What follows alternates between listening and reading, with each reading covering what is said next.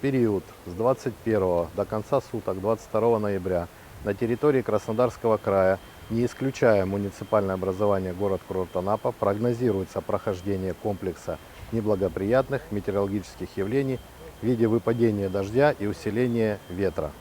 В связи с чем необходимо обратить особое внимание на личную безопасность и уделить внимание безопасности детей и пожилых людей. Мы прогнозируем происшествия, связанные с подтоплением низменных территорий, а также обрушение конструкций и падение деревьев.